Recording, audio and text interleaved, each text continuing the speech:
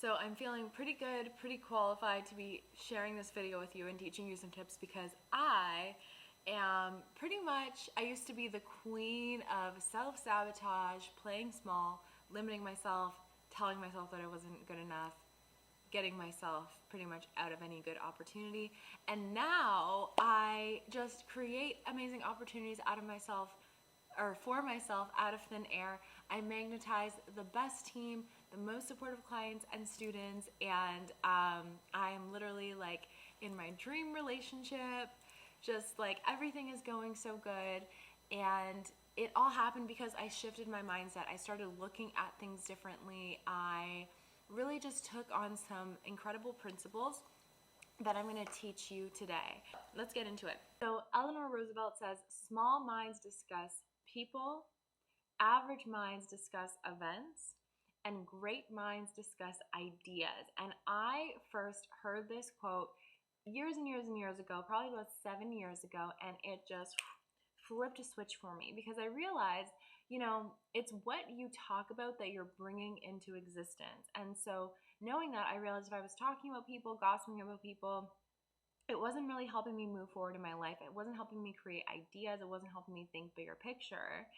And also, one huge thing that it's really important to know is that if you're talking about other people and you're saying negative things about other people, or you are kind of hating on people for creating success, it's important to know that the subconscious mind takes everything personally. So when you call somebody a name, when you say something negative about someone else, what happens is your subconscious mind doesn't recognize that it's about someone else. It takes it personally. So every single time you say something mean or rude or whatever, gossipy about someone else, your subconscious mind thinks that you're saying it to you, right?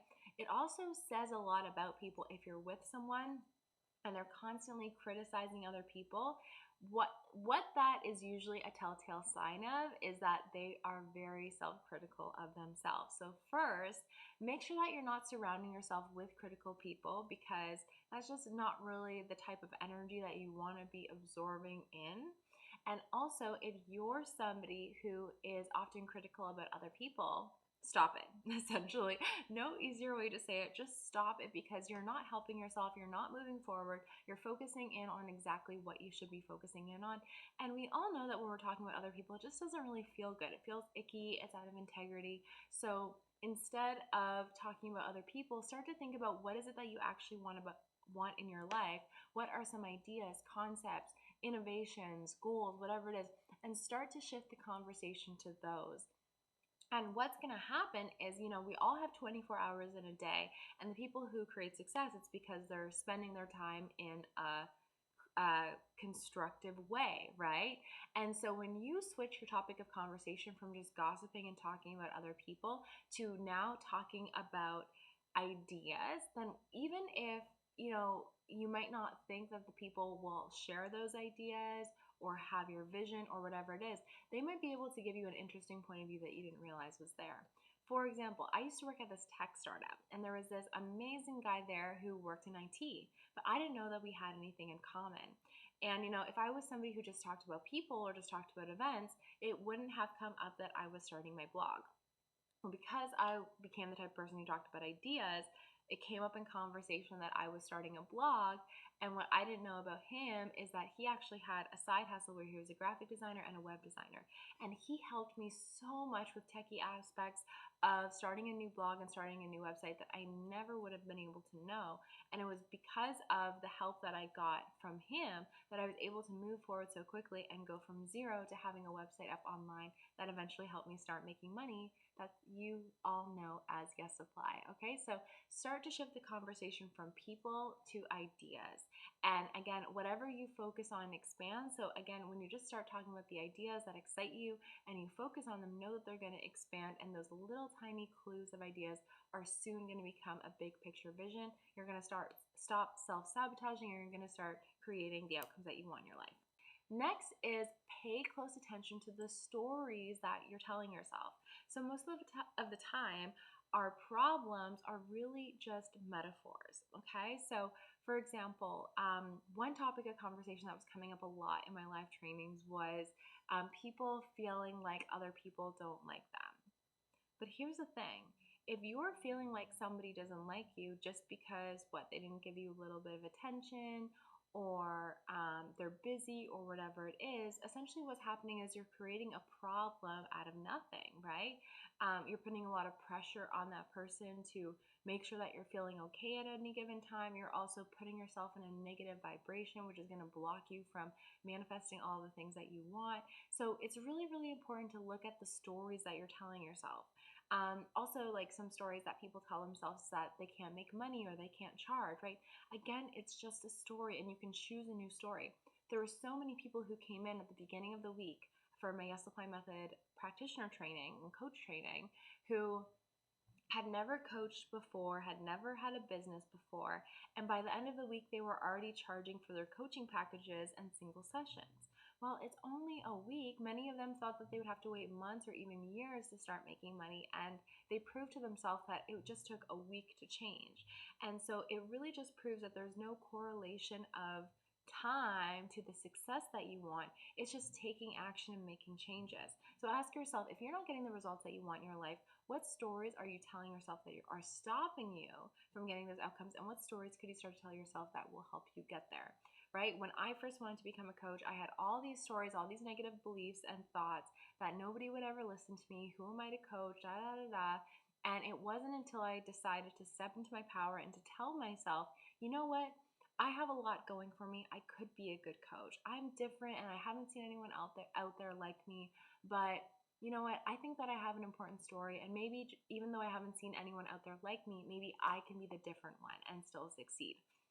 And I started to get used to telling myself stories that could actually help me. And it was funny because when I focused my energy on what I wanted and I told myself stories that were positive, I ended up getting more positive results. Next is to check in on yourself and make sure that you're not being too much of a people pleaser.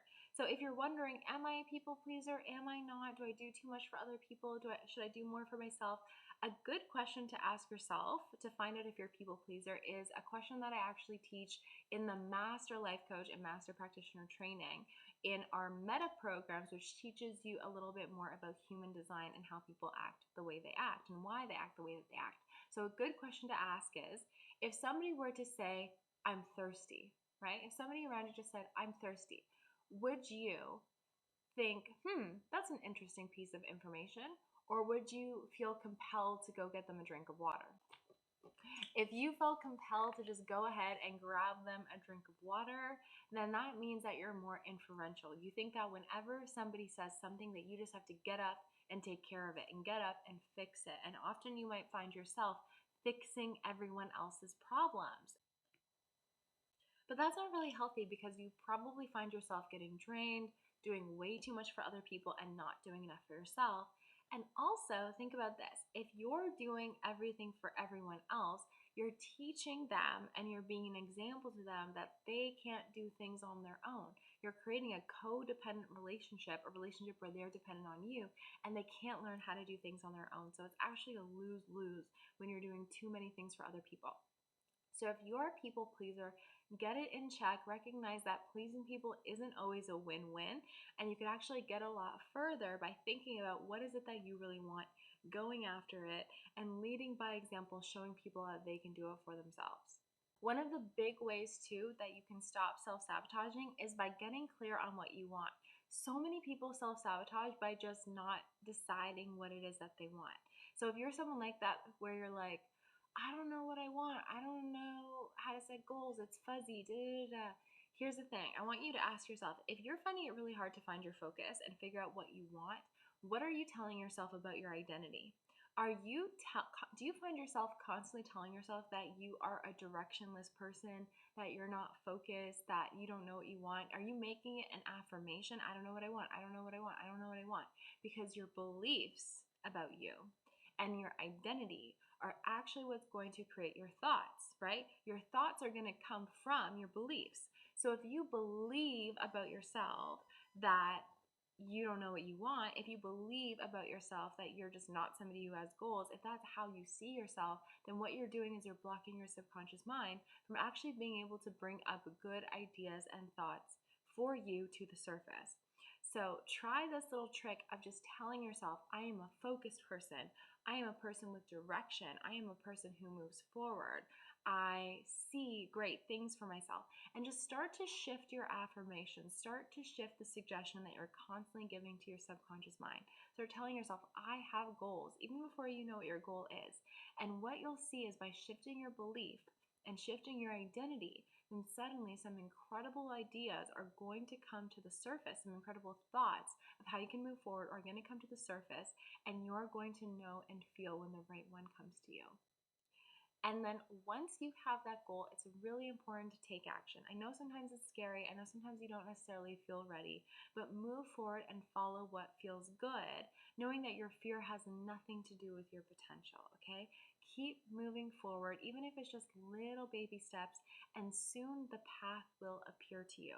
When I first started, I had no idea what coaching was. I had no idea that I would ever be teaching an NLP certification course, but I knew that it was important to me to follow what felt good, and that's what brought me to where I am today. So for you, think about what feels good. Look at it as not putting so much pressure on yourself to get a specific outcome, but instead get excited about the action that you're taking and the fact that you can learn more about yourself by being creative and just seeing what you're made of. So I hope that these tips were helpful for you. I know that they're going to help you stop self-sabotaging and actually move forward into creating the life that you want. If you're interested in learning how to become a coach or to learn more tools about the power of your subconscious mind, click down below. I'm going to leave a link to my coaching certification program, the Yes Apply Method. It's perfect for you if you want to become a coach, or if you're a business owner, entrepreneur, or even just a regular person who wants to finally learn how to reprogram your mind so that you can tap into your power and your unlimited energy. So it's been so fun hanging with you. I'm Reese from Yes Apply. If you have any questions or comments, just leave them below in the comments, because we're going to be reading all of the comments and using these to fuel our upcoming videos. Talk soon.